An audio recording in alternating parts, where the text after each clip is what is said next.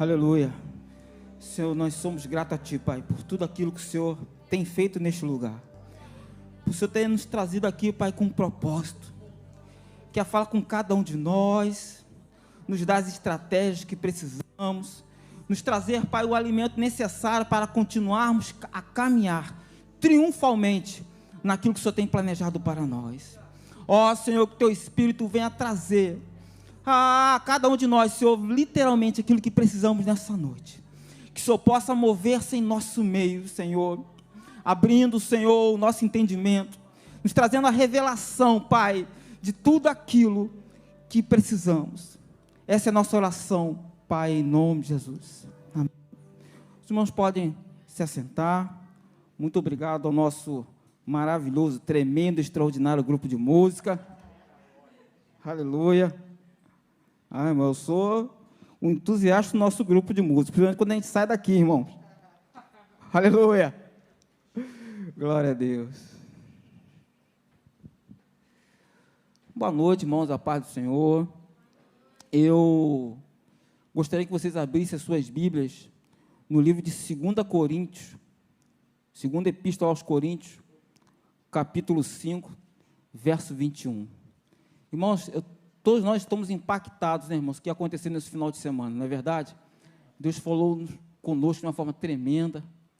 Era patente, né, o que o Senhor está fazendo em nossos meios, no culto, no culto, por exemplo, de domingo de manhã, irmãos, foi algo assim, inesquecível, né?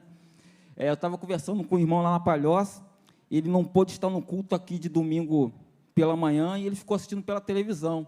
Ele falou que ele não conseguia sair de frente da televisão, que ele não queria perder um som que estava sendo emanado ali pela televisão, irmão, tanto poder que estava sendo manifesto aqui na igreja. Então, é algo tremendo, e isso vai nos marcar. Eu creio que foi um divisor de águas na vida da igreja, na vida de cada um de nós. É necessário, irmãos, trilharmos agora nesse caminho. Já aconteceu, agora vamos avançar, amém? Segunda epístola aos Coríntios, capítulo 5, verso 21. Nos diz assim o texto: aquele que não conheceu o pecado, o fez pecado por nós, para que nele fôssemos feitos justiça de Deus. Irmãos, esse tema, justiça de Deus, ele não é tão ministrado às vezes nas outras denominações, né? Eu, por exemplo, eu tive contato com essa temática, eu ouço muito aqui no Ministério Verbo da Vida, esse tema justiça de Deus, que é de extrema importância, irmãos, para a cristandade, para nós, igreja do Senhor, porque esse tema, justiça de Deus, irmãos, é o centro de todo evangelho. Por mais incrível que pareça, às vezes essa verdade, ela vai sendo deslocada, vai sendo colocada, né, ao lado, mas é necessário nós caminharmos no centro dessa verdade, dessa temática que é justiça de Deus.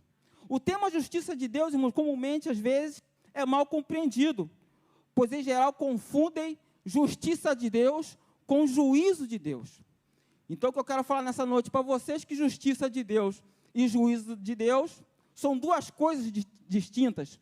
Hoje, nesses minutos que eu tenho aqui com vocês, eu vou falar sobre justiça de Deus. Juízo de Deus, irmãos, tem a ver com o que vai acontecer futuramente, como, por exemplo, no juízo final, onde todos nós, toda a humanidade, prestará conta das suas obras diante de Deus.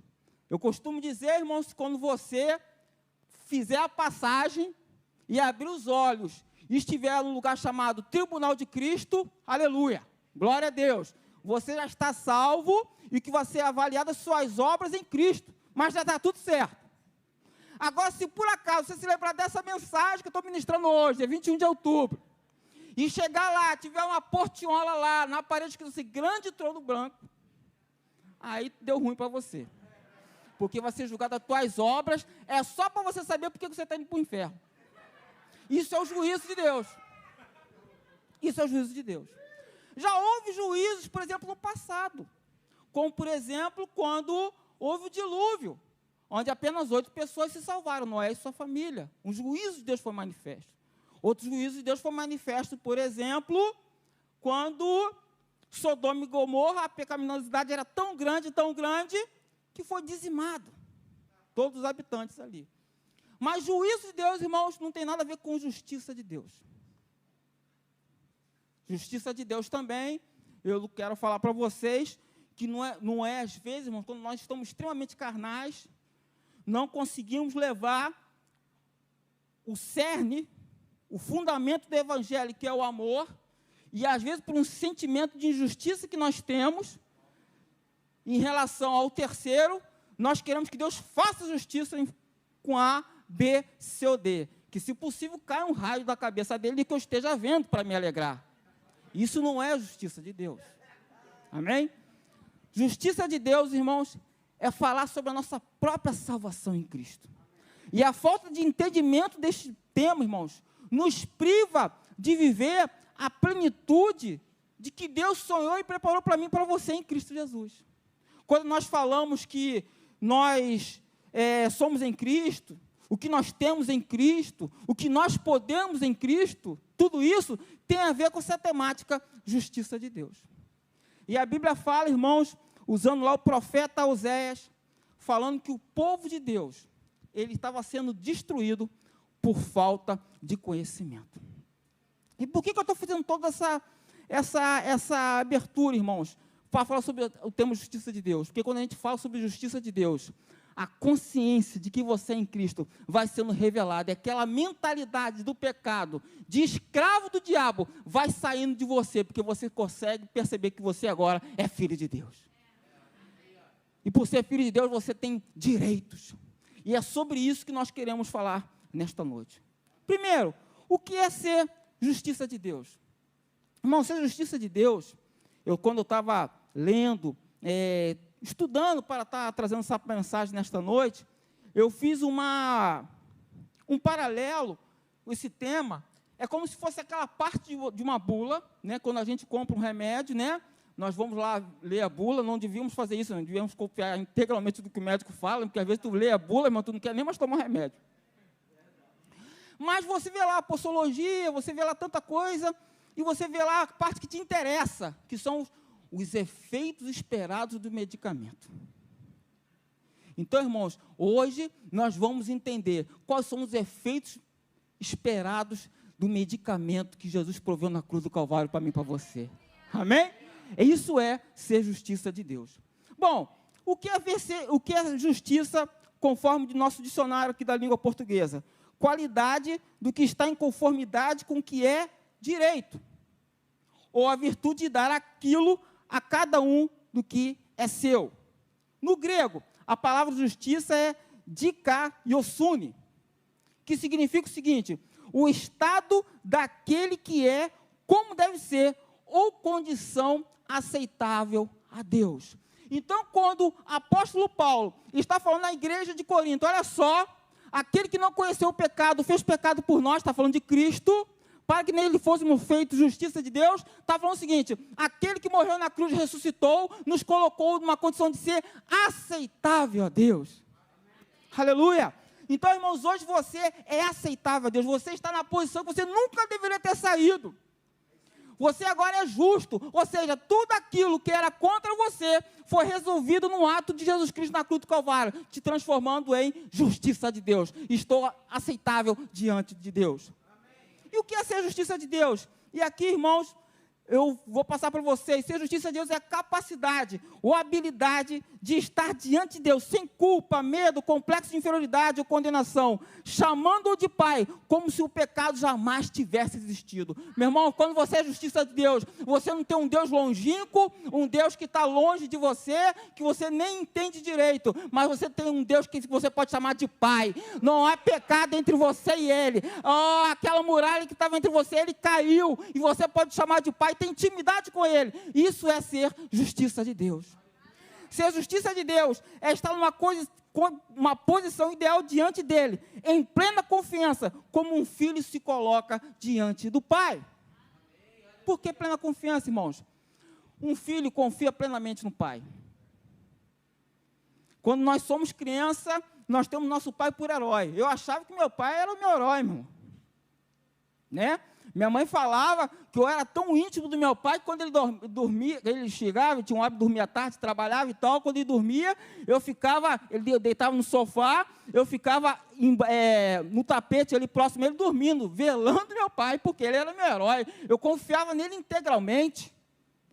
E isso é o quê? É a confiança que Deus deseja que você tenha com seu pai também, essa plena confiança, dizendo que Ele está cuidando de você em todo o tempo, porque você é a justiça de Deus. Ser justiça de Deus é a condição instantânea do crente no momento que você nasce de novo. Ele recebe a própria natureza de Deus, que é justa, ou seja, ele tornou-se justiça de Deus, pois foi justificado pelo sangue de Jesus. Porque, irmãos, nós tínhamos a natureza de Deus.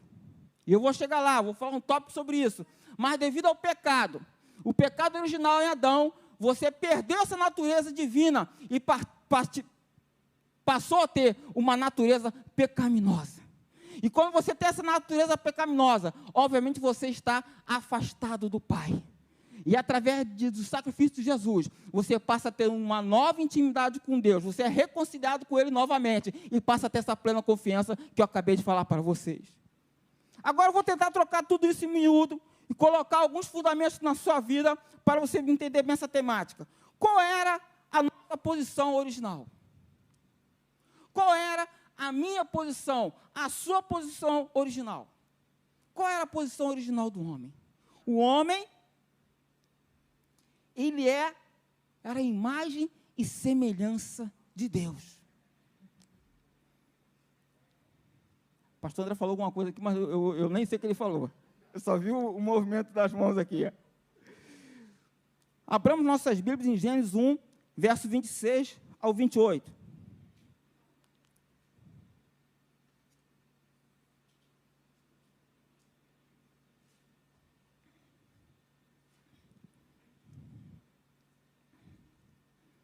Diz assim o texto, Gênesis, capítulo 1, verso 26 ao 28.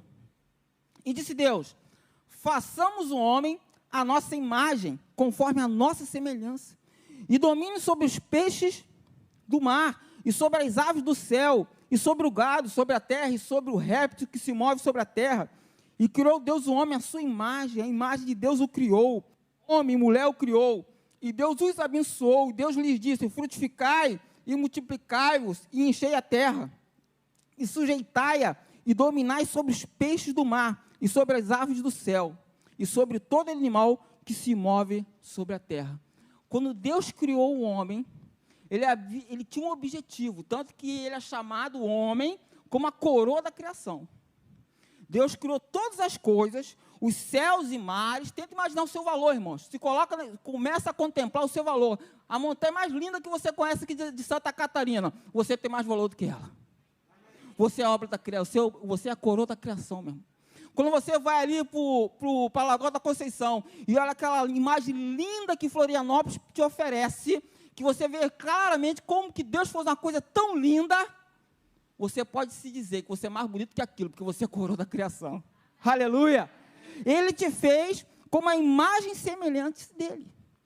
Quando Deus te fez, a ideia era refletir para o homem a glória do próprio Deus, para que a própria natureza respeitasse o homem como representante dele aqui na terra. Imagem e semelhança a isso. A semelhança tem a ver, inclusive, com os atributos divinos, o poder de escolha, o domínio. Quando ele falou assim, dominar aí o gado, o peixe, domina geral, resumindo, tem a ver com esse domínio que vem do próprio Deus, que Deus, ele chega, ele resolve. Ele passa tudo isso para mim e para você. Por isso que ele nos diz que fomos criados a nossa imagem e semelhança, a imagem e semelhança dele, de todo o poder que ele tem. Essa natureza divina pertencia a mim e a você. Olha só que o salmista Davi, no Salmo 8, ele fala, quem são esses simples mortais? Para que penses nele. Quem são os seres humanos? Para que com eles te importe. Davi está dando uma esculachada em nós, né? Aí ele fala, e no entanto, os fizeste apenas um pouco menores que Deus, e o coroastes de glória e honra, e tu os encarregaste de tudo que criaste, e puseste sob a autoridade deles todas as coisas, irmãos, todas as coisas estavam debaixo da nossa autoridade. Aleluia. Essa é a importância que eu e você temos. Essa consciência, irmão, precisa ser despertada em nós. Essa consciência de que nós somos em Cristo, não pode apenas ficar no jargão popular, que eu tenho em Cristo, que nós somos em Cristo, que eu posso em Cristo. Não, irmãos, tem que estar aqui, ó, com essa consciência, para que você verdadeiramente se viva como justiça de Deus sobre a terra, com esse poder que já está delegado para mim e para você. Infelizmente, irmãos, tudo isso foi delegado para nós, mas infelizmente, por um ato de desobediência, que a gente vê lá no livro de Gênesis, capítulo 3, verso 6, tudo isso foi interrompido. Todo esse projeto lindo e maravilhoso, que Deus tinha comigo e com você, de manifestar a glória dEle, me coroando de honra, para que eu exercesse domínio, foi embora. E eu acabo perdendo essa intimidade com Deus. Acabo perdendo a oportunidade de ter a presença dEle. Acabo perdendo tudo aquilo que Deus havia reservado para mim e para você. Tudo é interrompido. Tudo é interrompido. E essa interrupção é gerada, tem um nome, que é a morte espiritual. Essa morte espiritual nos afasta de Deus. E como consequência dessa morte espiritual, irmãos, vem um monte de coisa. Vem um monte de coisa que eu vou relatar aqui para vocês. Inclusive a morte física. A morte espiritual, que é a separação de Deus e o homem, gera a morte física. Porque o homem, nem feito para morrer, ele foi feito. Por isso, irmãos, que você observe, se você tem uma certa idade, se você passou dos 30 anos, quantas pessoas você já viu morrer? Quantas pessoas você já ouviu falar que morreram? Mas até hoje, quando você recebe a notícia que morreu alguém, você toma um choque. Por quê? Porque o homem não foi feito para morrer. O homem foi feito para ser eterno. Então, até você passar por esse processo de morte física, a morte sempre vai ser um escândalo para você. Por quê? Porque o homem não foi feito para viver essa experiência. Isso é consequência do pecado. Mas graças a Deus, que através de Jesus Cristo, isso foi restaurar a nossa vida, e eu voltei a ter acesso à vida eterna, na presença do Senhor, o tempo todo. E a consequência da morte espiritual, irmão, nos trouxe vergonha. Se você ver lá em Gênesis 3, verso 7, de 3 a 10, de Gênesis 3, do verso 7 ao 10, fala sobre algumas consequências dessa morte espiritual, que eu vou falar aqui para vocês. Vergonha. Quando ele come lá do fruto, da árvore da ciência do bem e do mal, quando Deus vem se aproximando dele, o que acontece? O primeiro impacto que ele tem, vergonha. Depois, medo. O texto fala que ele teve medo. Depois, senso de culpa. Começou a carregar um senso de culpa. Depois, complexo de inferioridade.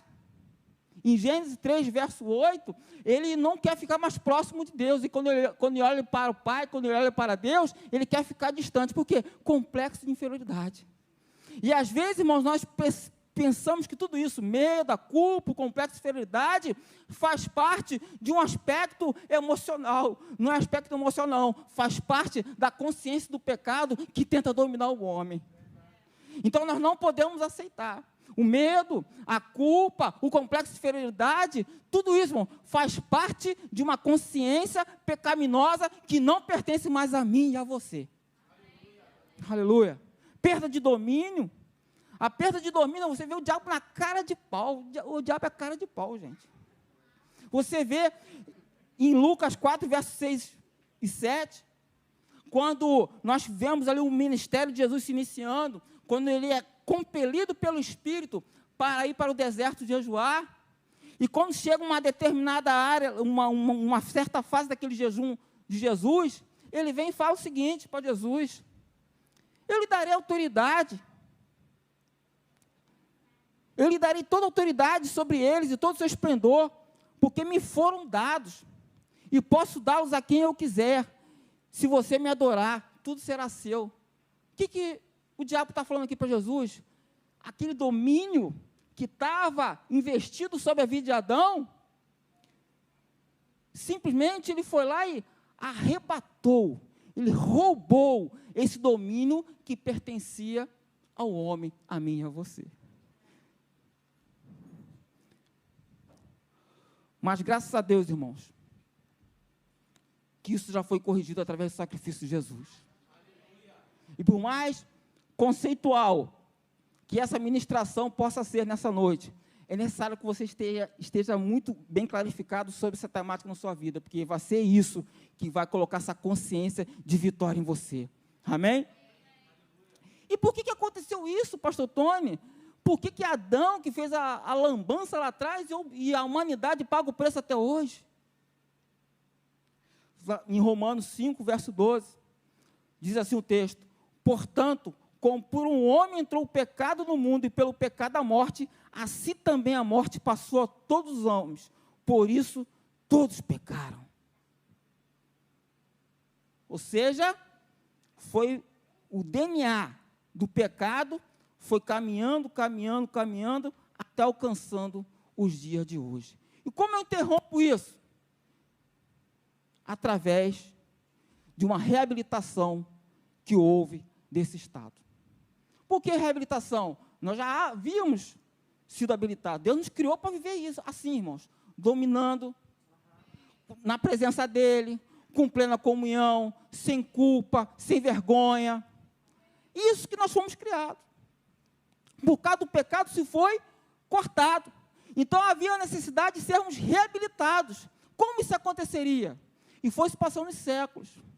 Foi se colocando uma preparação diante da humanidade para que no momento oportuno isso pudesse ocorrer. A lei, como o pastor pregou aqui falando sobre dízimos e ofertas, dizendo que o dízimo não está restrito ao momento da lei, nada mais era do que a preparação do que haveria de ser através de Cristo.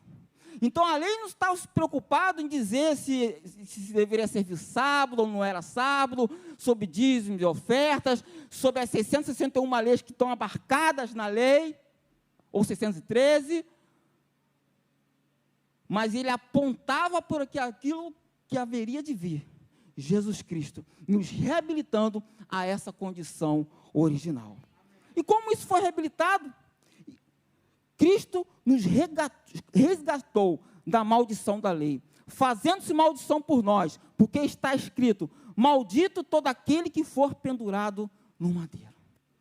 Jesus, numa tacada só, irmãos, resolve na cruz do Calvário o meu problema e o seu problema. Se hoje você está aqui,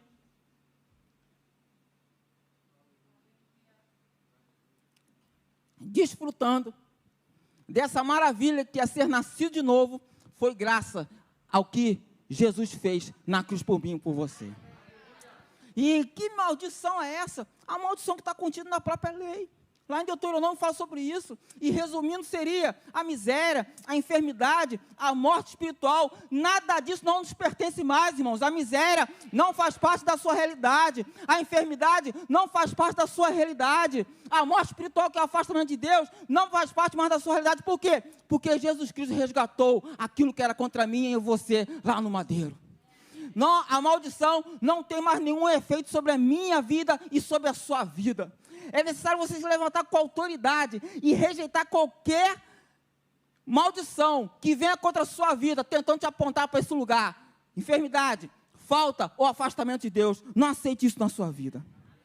Da mesma forma que por um ato de desobediência, o homem perde essa condição que ele estava com Deus. Por um ato de obediência, Cristo, nós somos reconduzidos ao lugar que nunca deveríamos ter saído. A justiça de Deus é feita nisto, ou seja, somos colocados de um lugar que nunca deveríamos ter saído, meu irmão. Lugar de domínio, lugar de honra, lugar de paz, lugar de tranquilidade, lugar de provisão contínua. Eu fico imaginando, irmãos, como é que deveria ser a vida no Éden. Como Adão, aquele poder todo, chegava para o leão, botava o leão para correr, fazia assim, ó, sai leão. Hoje em dia, vê os cachorros pequenininhos, irmão, late tanto, tu já sai com vontade de correr, já está com vontade de correr. Por quê? O medo tenta te dominar. Mas, irmãos, nós estamos no lugar de autoridade em Cristo. Eu e você não podemos sucumbir diante das mentiras que Satanás tentam colocar na sua mente dia após dia. Tentando te colocar nesse lugar de condenação, nesse lugar de culpa, tentando te colocar nesse lugar de fraqueza. você não pode aceitar isso na sua vida, porque você é justiça de Deus. A justiça de Deus não pode ser apenas um jargão, uma música bonita, mas tem que ser uma realidade na sua vida dia após dia. Quando você estiver vivendo tempos difíceis, onde essa miséria, essa doença, esse afastamento de Deus que tenta vir sobre a sua vida através de um desânimo, através de um fracasso que está tentando te colocar, você não vai aceitar isso, mas você vai gritar: eu sou justiça de Deus, eu sou pleno em Deus. É por isso que é necessário você ter essa consciência dia após dia, irmãos. Se nós não tivermos essa consciência, seremos como aqueles escravos que estavam lá no Egito.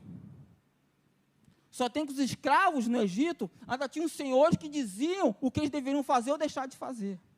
Quando eles alcançam a liberdade, onde eles eram livres para viver o melhor de Deus, eles tinham a consciência de escravos. E às vezes, irmãos, quantas vezes somos servos de Deus, livres, cheios de autoridade, cheios da graça de Deus e habilidade para vencer todo e qualquer desafio, mas temos a mentalidade de escravo e vivemos uma vida de derrota, porque não conseguimos perceber que nós somos mais que vitoriosos em Cristo.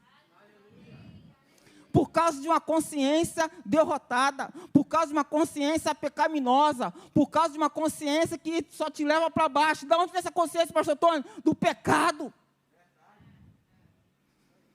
O pecado te coloca nesse estágio.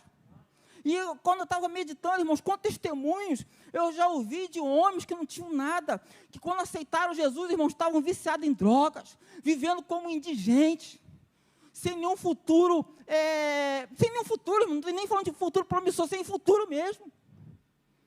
O que poderia acontecer no dia seguinte era a cachaça que ele ia beber, ou o prato de quentinho que iam servir para ele.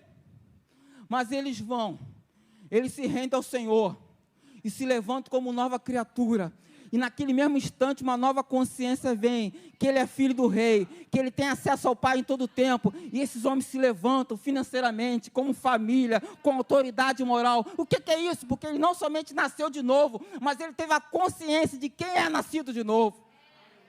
É por isso que às vezes nós estamos na igreja, nós vemos milagres acontecendo na vida de irmãos, e em outros não. Passa 15, 20 anos, a pessoa está no mesmo nível, está no estado qual, ou seja, do mesmo jeitinho que quando aceitou Jesus. E qual é a diferença? Se Jesus é o mesmo, se está exposto à mesma palavra, se está exposto às mesmas músicas, aos mesmos pastores, aos mesmos conselheiros, porque a consciência ainda não virou.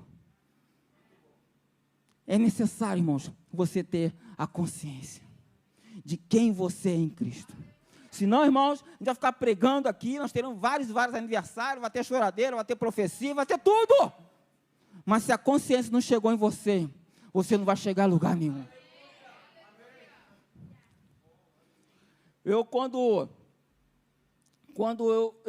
Vocês sabem da minha história, já falei aqui, acabou. Eu nunca pensei, irmãos, que meu problema de obesidade ia ser tema de mensagem. Mas quando eu tinha a questão da obesidade, o mais fácil é você passar pela cirurgia, meu irmão. Tranquilo. CTI, 10 dias no hospital, foi a parte mais fácil. Mas e o depois? A consciência de uma nova realidade. Alimentar, se ajustar, e se botar naquelas regrinhas todas. E ver que você tinha limitações que você não poderia mais ultrapassá-las. Uma consciência teve que ser despertada em mim. E foi essa consciência que me levou hoje a estar há 11 anos operado com o mesmo corpo que eu tinha 3 meses depois de operado, que eu perdi 86 quilos. Por quê? A chave virou. Então, irmãos, é necessário nós termos a consciência de quem somos em Cristo em todo o tempo. Em tudo. Em tudo. Desde a concepção familiar, desde a concepção profissional, desde a concepção da administração financeira, é quem você é em Cristo, meu irmão. Se não, daqui a 10, 15 anos, talvez se Jesus não tiver voltado, talvez você esteja ouvindo uma mensagem igual a essa, você vai olhar assim: rapaz, eu estou no mesmo lugar de 15 anos atrás, quando o pastor Antônio pregou essa mensagem. Mas já que nós falamos nisso, esse culto, que eu creio, irmãos, pela fé, que nesse aniversário da igreja agora, foi um divisor de águas para a minha vida e para essa igreja, uma nova consciência é necessária para você, para que você possa ver o melhor de Deus em tudo. O melhor de Deus em tudo. O melhor de Deus em tudo, meu irmão. É isso que Deus nos chamou para ser. É isso que Deus nos chamou para fazer. As coisas estão esperando para acontecer, irmãos, vai acontecer através de nós. Ninguém vai trazer isso pronto para você. Você vai lá, vai tomar e vai fazer, e o nome do Senhor vai ser exaltado e glorificado na sua vida. Por quê? Porque você é a justiça de Deus. Você é a justiça de Deus. O domínio está sobre você. A graça de Deus está sobre você. A habilidade está sobre você. A promessa está sobre você. O Pai Todo-Poderoso está sobre a tua vida. O tempo todo, o tempo todo. Aleluia. E qual é a eficácia, irmãos? Já falei um pouquinho da eficácia de nós sermos a justiça de Deus.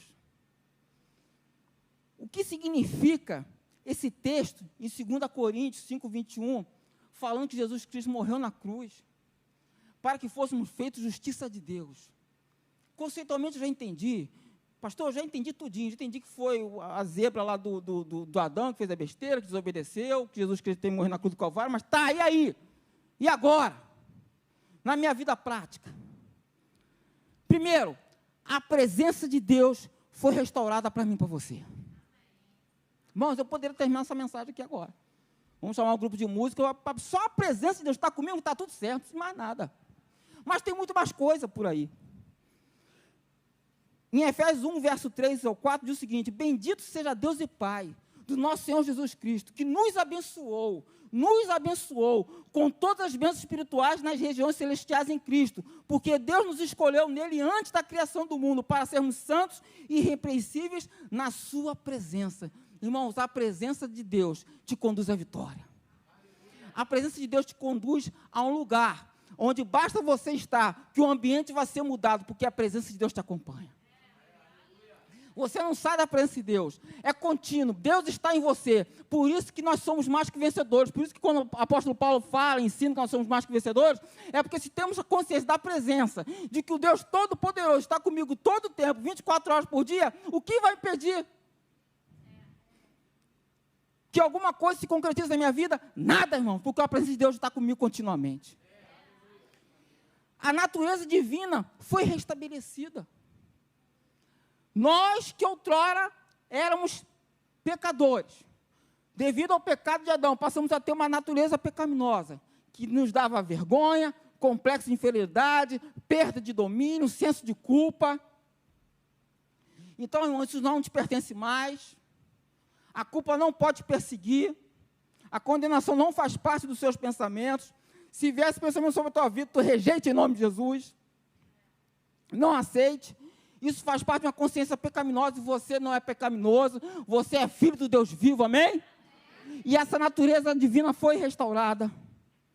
E nos diz assim o texto, em João 10, verso 10, eu estou lendo, vocês apenas me acompanhem, diz assim o texto: o ladrão vem somente para roubar, matar e destruir, mas eu vim para que tenham vida, e a tenham em abundância. Natureza divina aqui. E estudando um pouquinho sobre esse texto, onde Jesus fala o seguinte: olha, o ladrão veio para matar, roubar e destruir, mas eu vim para que tenham vida e vida em abundância. Essa palavra vida, no texto grego, é a palavra zoe, que é a própria vida de Deus, irmãos. Quer dizer o seguinte: eu posso viver verdadeiramente abundante, porque eu tenho a vida de Deus. Você consegue imaginar Deus com falta? Você consegue imaginar Deus vivendo uma miséria? Você consegue ver Deus debaixo de uma falta de paz, com enfermidade, com um monte de problema que você não sabe nem contabilizar de onde vem tanto problema? O que o texto está falando para mim e para você é que nós temos a vida zoe, a vida de Deus, que é uma vida abundante. Tome posse dessa palavra, meus irmãos. Aí você está pensando assim: pastor, o discurso é bom, o texto é interessante, mas isso não se aplica na minha vida prática.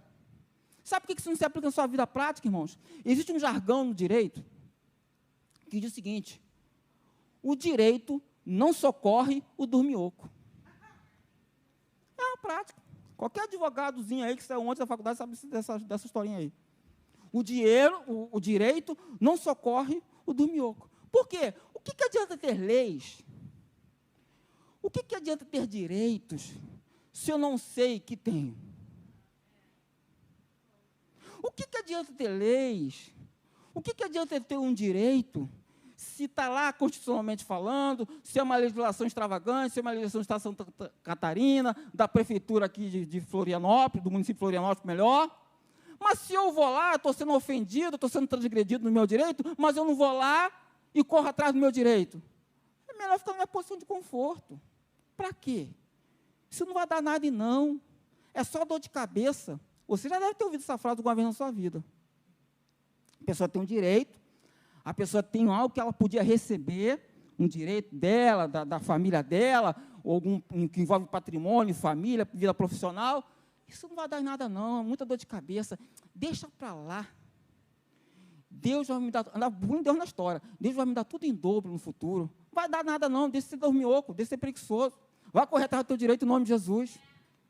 Mas trazendo para essa realidade, para o mundo espiritual, isso quer dizer o seguinte, como eu estava falando alguns minutos atrás, se eu não tivesse a consciência de que eu sou em Cristo, e colocar em prática o que a palavra diz a meu respeito, eu vou ficar conforme esse cidadão aqui, ó, dormindo e não vivendo o melhor de Deus. Por isso que a natureza divina não se evidencia na vida de alguns, porque nós nos recusamos a ter essa consciência de colocar em prática quem nós somos de Cristo verdadeiramente, que temos a natureza divina. E com essa natureza divina,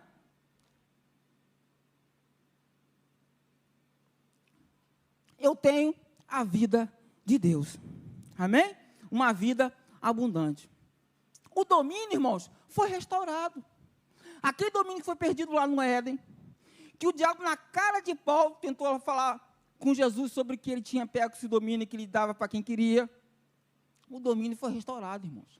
Então lá, o apóstolo Paulo, falando novamente à igreja de Coríntios, 2 Coríntios 2, verso 14, ele fala o seguinte: e graças a Deus, que sempre nos faz triunfar em Cristo, e por meio de nós manifesta em todo lugar a fragrância do seu conhecimento.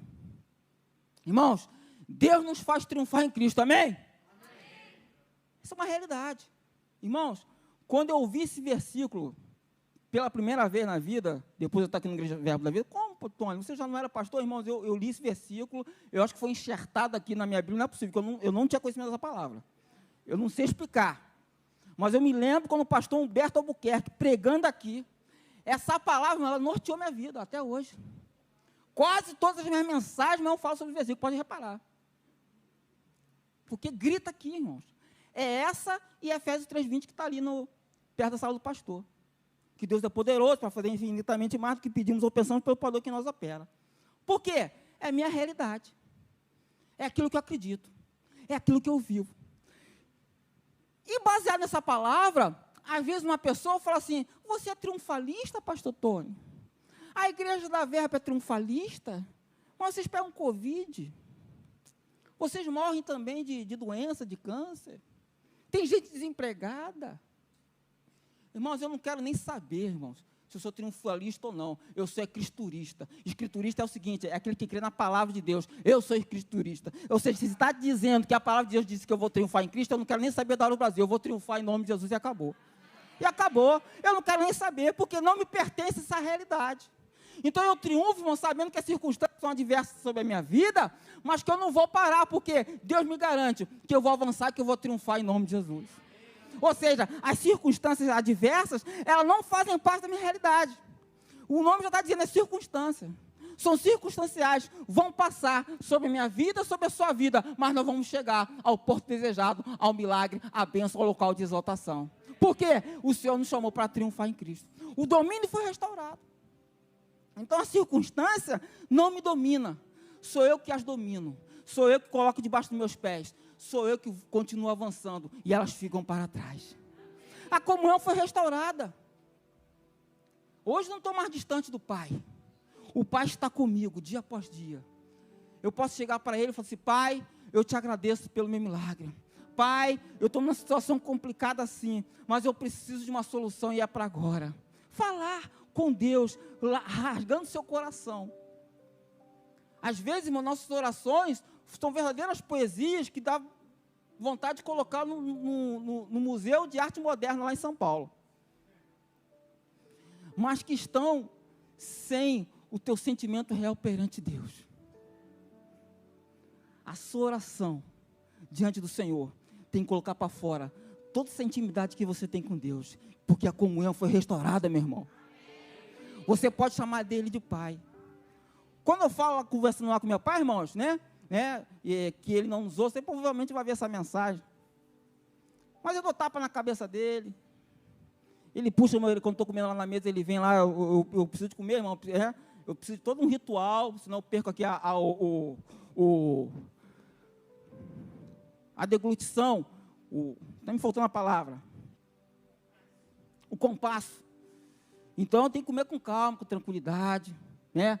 Prestando atenção no que eu estou falando. Porque se eu falar rápido, querer conversar, eu me perco, então não me sinto bem. Aí ele, sabendo tudo isso, ele vem e puxa a minha orelha. Dá tapa na minha cabeça. Porque o pai tem intimidade com o filho. E Deus quer que você tenha essa intimidade com ele. Pai é para isso. O teu pai verdadeiro, Criador dos céus e da terra, ele está disponível para mim e para você nesta noite. Para você se derramar diante dele. E falar, pai, eu te amo.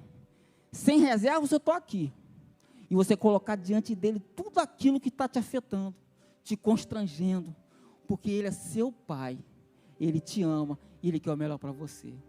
Ele vai te olhar como se tivesse mais ninguém na terra, ele vai vir de encontro a você. Isso é comunhão. A paz foi restaurada. Quando o apóstolo Paulo fala que nós fomos justificados com Deus, temos paz com Deus, por nosso Senhor Jesus Cristo, se nós temos paz com Deus, irmão, nós podemos desfrutar da paz que excede todo entendimento. O Maneco, ele falou aqui sobre a situação que ele viveu com o irmão dele, que ele falou sobre essa paz que excede todo entendimento, por quê? Ele sabia que ele era a justiça de Deus. Ele tinha essa convicção. Se ele tem paz com Deus, então eu tenho a paz que excede todo entendimento. Essa é a capacidade de Deus na sua vida. E eu começo a terminar falando sobre a filiação para com Deus que foi restaurada. Em Gálatas, diz o seguinte: todos vocês são filhos de Deus mediante a fé em Jesus Cristo, pois os que em Cristo foram batizados, de Cristo se revestiram. Quais são os benefícios, irmãos, de uma filiação? Quais são os benefícios? Existem vários benefícios, né, emocionais, segurança, benefícios legais. Existem benefícios legais no ordenamento jurídico brasileiro, por exemplo, que se eu quisesse doar todos os recursos que eu oferi durante toda a minha vida, existe um negócio no direito chamado herdeiros necessários. Ou seja, uma parte dos meus bens, querendo ou não, tem que ficar para os meus filhos, para os meus herdeiros necessários. A lei brasileira nos garante isso. Então, você, filho, você tem herança. E teu pai é o Criador dos céus e da terra e tudo que neles há. Você tem essa herança. Então, às vezes, estamos num lugar que às vezes a gente fica até num local chamado falta. E esse local de falta, irmãos, fomos nós que nos colocamos nesse lugar. Por quê? Porque se eu tenho um pai que cuida de mim, que cuida, conforme a música fala, até do lírio dos vales, não vai cuidar de mim, que sou coroa da criação?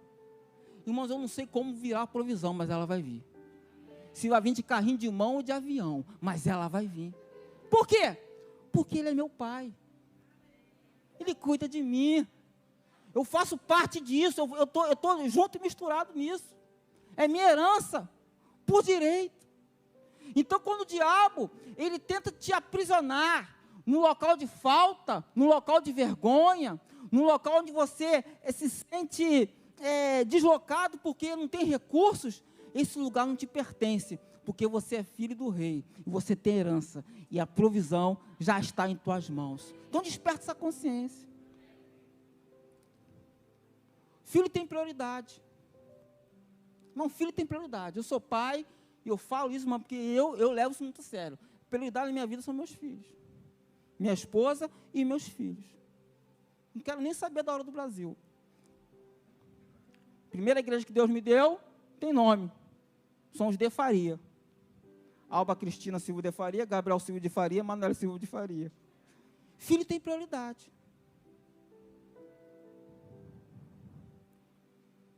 Fico pensando,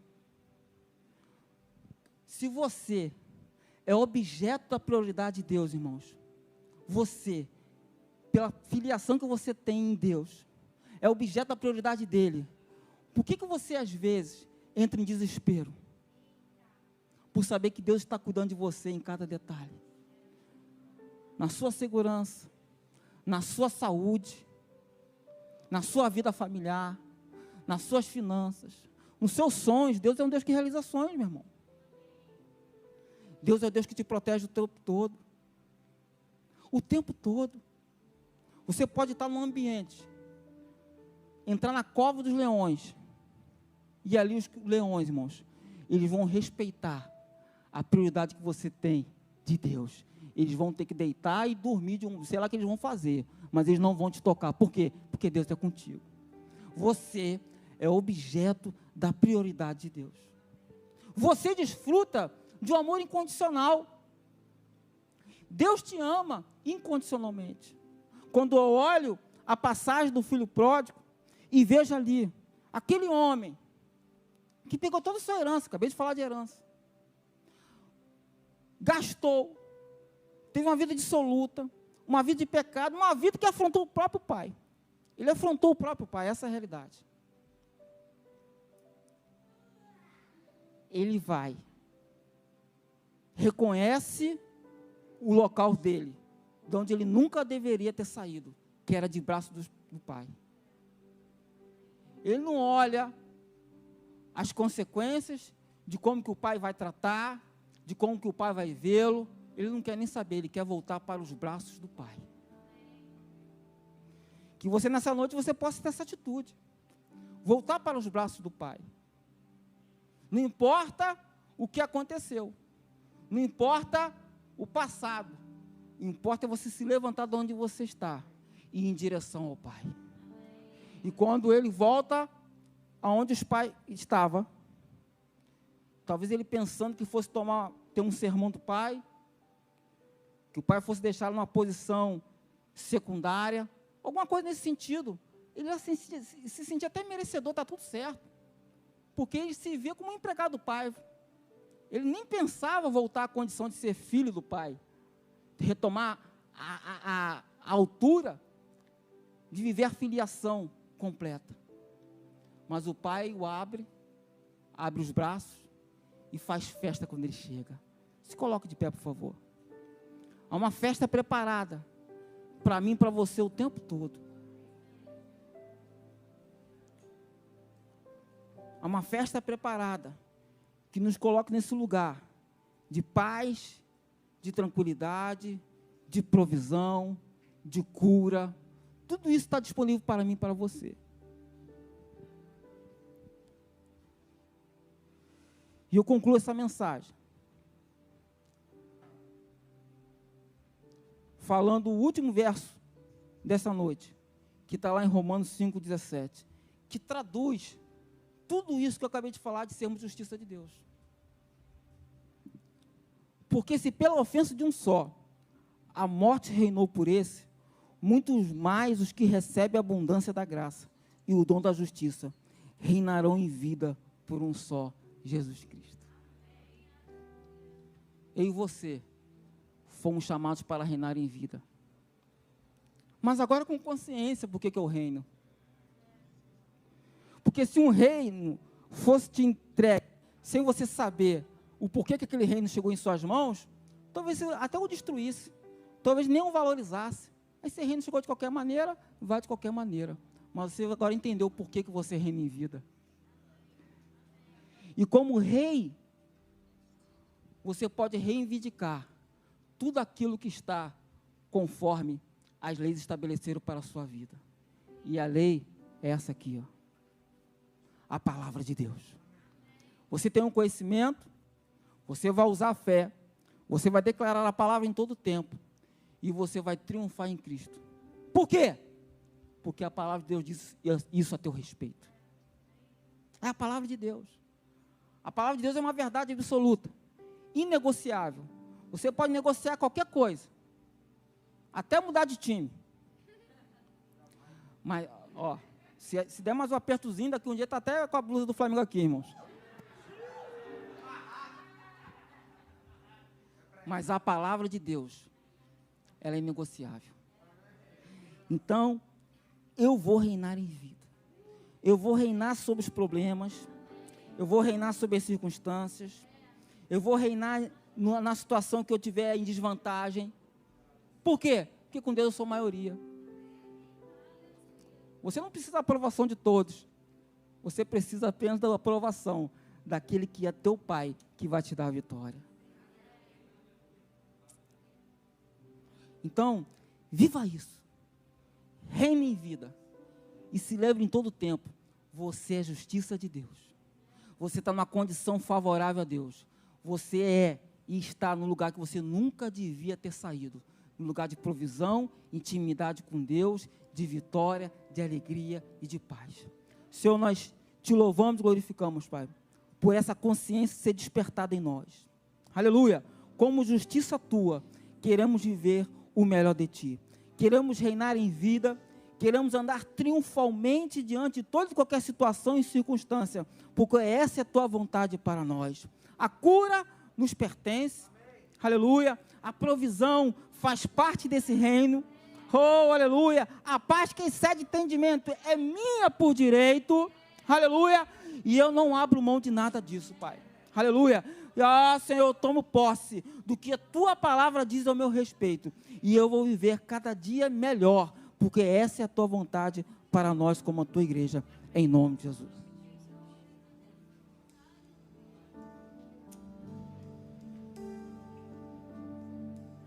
Escolhido, perdoado, eu sou quem dizes que eu sou.